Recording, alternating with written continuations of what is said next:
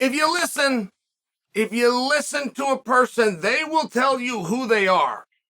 And that's an old expression. I believe the correct way the adage goes is listen to someone when they tell you about themselves.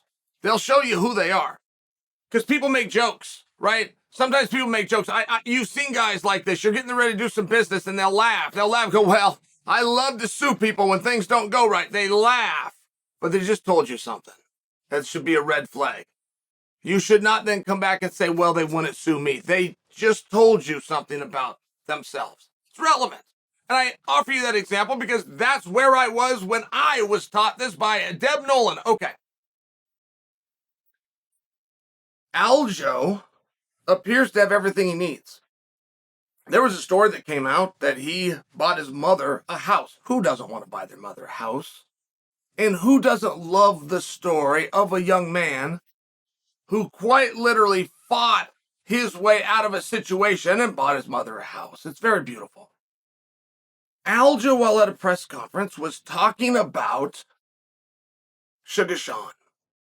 And just before Aljo came to the press conference, Dana White was at the press conference. And Dana White got asked where the fight between Aljo and Suga Sean is likely to take place. And Dana, if you were a betting man, your guest would have said, I'll get back to you. Let's see what happens. I need to speak to my team. Surprisingly, Dana said Boston in August. And as soon as Dana said Boston in August, I mean, I love that detail. I wasn't expecting it to come. That's helpful. Now we've got a real talking point. But I also got it on my calendar, which happens to be on my phone. And I said, wait a minute. That's 3 months away. There is no main eventers, no champions, no anybody of consequence. There's just nobody, period, who we are turning around in 90 days. So if Dana misspoke, that's highly possible. There's another trip to Boston, aside from the one that's coming up in August. That is also possible. The times where we have broken away from policy and turned a guy around really quickly, but it was a favor to us. Somebody else pulled out. Somebody else got sick. Needed this guy, needed to put him in. It wasn't as though, well, Sean is such a big deal in Boston. If we're going there, we must bring Sean with us. It's not like that, by example. Or the Bostonians, boy, they just love that Aljamain Sterling. They just love 135-pounders. We've got to do it for them. So there was a large piece of me on a personal note that thought, okay, something's been mixed up here. Those guys aren't going to Boston. But that's Chael making an educated guess. Aljo's up there, and he's referring and commenting on information that he's been given. That seems like the right thing to do. And when Aljo was saying, yeah, that's fine. I wish that I had a little bit more time. It is what it is. UFC's going to sure want him to fight. A lot of Irish people in Boston. They're going to be cheering for him. He's going to be the favorite. That's okay. I've dealt with those kinds of things before. This was a bit of a diatribe. Like, I felt like that was a real inner monologue that Aljo decided to say aloud to the rest of us. But it was also telling.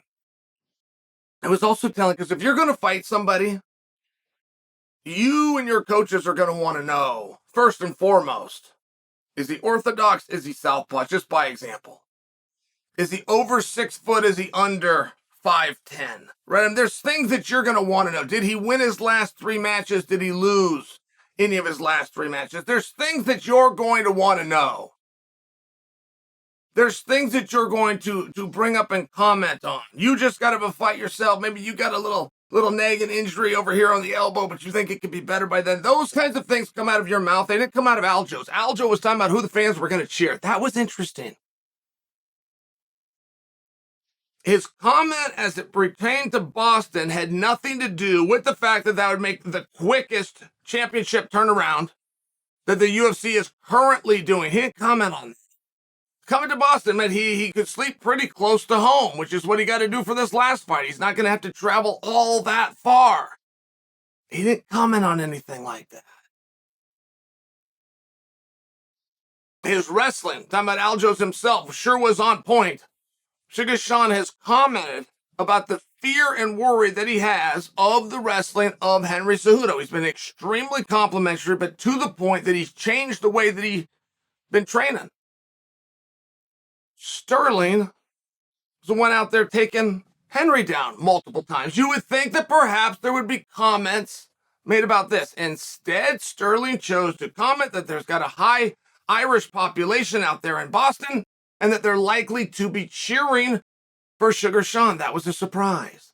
And there's only two seats, right? You've got the good guy and you got the bad guy. And you will have creative people try to come in all over the place and tell you there's more roles than that. You'll see them trying to write books, but they don't get a right to. You'll see them trying to write screenplays and make it on the silver screen out there in Hollywood. They don't get a second job. If you don't understand the most fundamental, that you're going to get cheered and the other half is going to get booed. If you don't understand that, it's a really curious position. And I'm only bringing it to you because Aljo is in a perfect spot to go heel. In addition to going heel, they're going to put him in that spot anyway. He's right. His own words. There's a lot of Irish out there that are going to be cheering for Suga Sean. He's right. But wherever else you go, there's a lot of fight fans. They're going to be cheering for Sean. That's true. And if they cheer for one as a byproduct, you didn't have to have done anything to upset them. As a byproduct, if this is my reaction to the positive guy, I have to have an equal and opposite negative reaction. If I've chose to chew him, I'm booing you, even if you haven't done anything. That's not the way that works. But there is ways to go in and to manipulate that.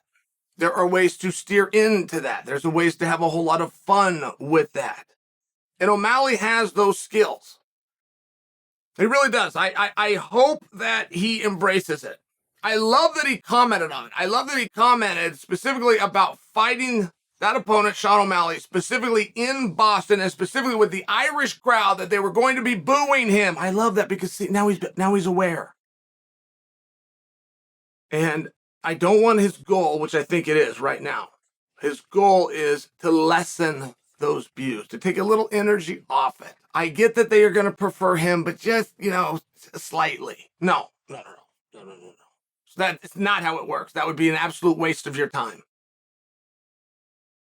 If you're the heel, if you're the bad guy, and you're going for that, the boos to your ears are going to be cheers, and you need them louder, and you need them in section, and you need a chorus of them, and you want to hear them all over. You want them at media day, you want them at weigh-in day, you want them on fake weigh-in day, you want when you walk out of them. It's one of these things.